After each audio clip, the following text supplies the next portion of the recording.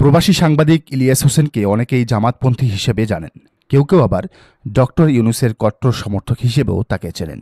কদিন আগে সন্তোষ শর্মা ইস্যুতে জামাতের সাথে ইলিয়াসের দূরত্ব তৈরি হলেও তা মিটমাট হয়েছিল। কিন্তু এবার ইলিয়াস সরাসরি ঘোষণা দিয়ে বিএনপির পক্ষ নিয়েছেন। কেন ইউনূসের প্রতি তার সমর্থন নেই এবং কেন বিএনপির পক্ষে তার এই অবস্থান তা তুলে ধরেছেন নিজের ফেসবুক টাইমলাইনে। চলুন দেখি কি বলেছেন ইলিয়াস। অনেকেই মনে করেন আমার উচিত ডক্টর ইউনূসকে সর্বাত্মক সমর্থন দেয়া, নির্বাচনের পরিবর্তে ডক্টর ইউনূসকে অন্তত 5 বছর ক্ষমতায় রাখার পক্ষে আমার জোরালো অবস্থান আশা করেন অনেকেই। কিন্তু আমি আমার অনেক সমর্থকদের মন ভেঙে দ্রুত নির্বাচন এবং এক প্রকার বিএনপির পক্ষেই অবস্থান নিয়েছি। অনেকেই মনে করছেন আমি বিএনপির কাছে বিক্রি হয়ে গিয়েছি। বিকৃত ভাই প্রতিদিনই হই। আওয়ামী লীগের সময় জামাত ছিলাম, জামাতের কাছে বিএনপি আর বিএনপির কাছে এনসিপি। এসব সমালোচনা নিয়েই অনলাইনে থাকতে হয়। আমি এখন কমেন্ট অফ করা বা কাউকে ব্লক করি না।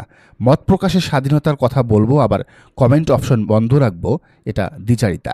তবে যে যাই কমেন্ট করুক, বিক্রি হয়নি, কখনো হবও না।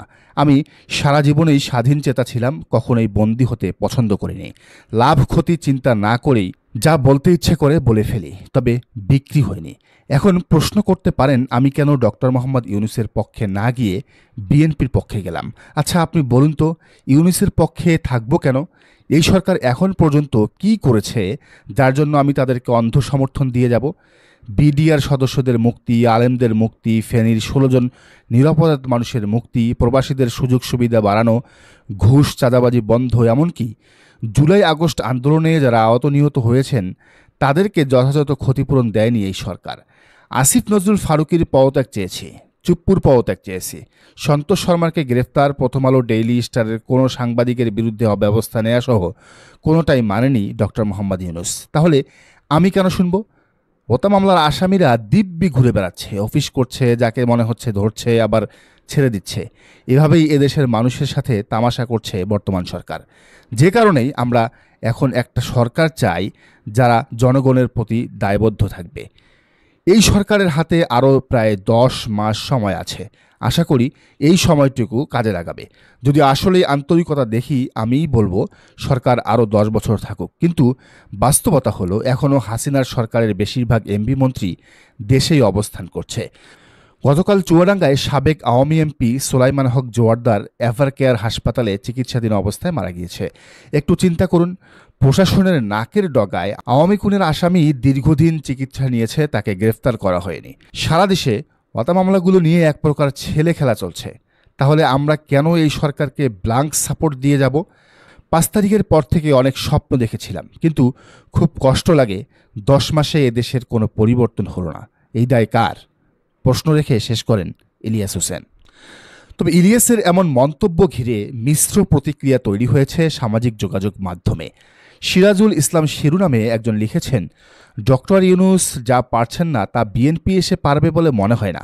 ডক্টর ইউনূসকে প্রশাসনিক কাজে সহযোগিতা করা হচ্ছে না, প্রতিটা ধাপেই আমলারা বিরোধিতা করতেছে।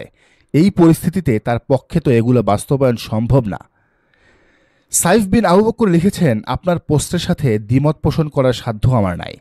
তারপরেও আমি বলবো, যদি বিচার সংস্কার এবং বর্তমান সংবিধান বাতিল করে নতুন সংবিধানের অধীনে আগামী নির্বাচন না হয়, তাহলে ভোট হবে 91 সালের মতন, ফলাফল হবে 2008 সালের মতন, আর সরকারের স্থায়িত্ব হবে 96 সালের 15 ফেব্রুয়ারির সরকারের মতন।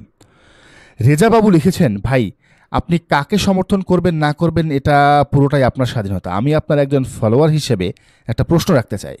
আপনি 24 পরবর্তী বাংলাদেশকে যেভাবে দেখতে চেয়েছিলেন, ডক্টর ইউনূস সরকার আপনার সেই প্রত্যাশা পূরণে ব্যর্থ হয়েছে। বিএনপিকে কি আপনি মনে করছেন তারা 24-এর চেতনার পক্ষে সফলতার সাথে তাদের ভূমিকা পালন করছে? তবে তার বক্তব্যকে সমর্থনও জানিয়েছেন অনেকেই। কিফায়েতুল্লাহ লিখেছেন, একদমই ঠিক বলেছেন। 10 মাসের যেমন প্রাপ্তি নেই, তেমনি 47, 69, 71, 90 কোনো সময়েরই প্রাপ্তি নেই। এ জাতির কপাল এমনটাই হবে মনে হচ্ছে। চালিয়ে যান সংগ্রাম, ইনকিলাব জিন্দাবাদ। তবে ইলিয়াসের এই বক্তব্যের তীব্র বিরোধিতা করেছেন জুলি নামের এক নারী। তিনি লিখেছেন, ইলিয়াস ভাই, আমি বলা যায় আপনার অন্ধভক্ত। যখন যা বলছেন তাই শোনার চেষ্টা করছি। বয়কট আন্দোলন, রেমিটেন্স শাটডাউন যখন যেমন বলেছেন তেমনই করেছি। দেশে গেছি, মানুষকে বোঝানোর চেষ্টা করছি করিডোর নিয়ে। যেদিন থেকে বলছেন যে আন্দোলনে আমাদের শরিক হওয়া উচিত, সেদিন থেকে আন্দোলনে শরিক হয়েছি। আপনার টেলিগ্রামের ভিডিওগুলো, ছবিগুলো মানুষকে দেখাইছি, মানুষকে উদ্বুদ্ধ করার চেষ্টা করছি। 5 তারিখে মিষ্টির দোকান খালি করছি নিজের টাকায়। জীবনে প্রথম ব্যানার বানাইছি আপনার, পিনাকি দাদা আর ডাক্তার জাহিদুর রহমান ও 24-এর যোদ্ধাদের ছবি দিয়ে। জিয়াফত করছি 6 তারিখে, আবার 32 নম্বর ভাঙার পরে। ডক্টর জাহিদুর রহমানের কথা শোনা বহু আগেই বাদ দিছি। বিএনপি এমন কোনো অন্যায় কাজ নাই যা করতেছে না। আপনি এসব জেনে শুনে কেমন সমর্থন করবেন, এজন্য আমাদের মনে কষ্ট লাগছে। আপনি ইউটিউবে কমেন্টসগুলো দেখেন, তারা সবাই আপনার ভালোবাসার মানুষ, তারা অনেক কষ্ট পাইছে ভাই। এনামুল হক নামের একজন আবার লিখেছেন, বৃষ্টি যেদিকে ছাতা সেদিকে। দর্শক, আপনার কি মনে হয় সাংবাদিক ইলিয়াস যা বলেছেন তা কি সত্যি? বিএনপি ক্ষমতায় আসলে কি দেশটা আসলেই ভালো থাকবে? ডক্টর ইউনূসের চেয়েও কি তারেক রহমান দেশটা ভালো চালাবেন?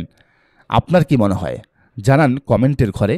আর এই চ্যানেলে নতুন হলে ও রাজনীতির নিত্য নতুন তথ্য ও বিশ্লেষণ সবার আগে পেতে চ্যানেলটি অবশ্যই সাবস্ক্রাইব করুন এবং বেল আইকনটি বাজিয়ে রাখুন।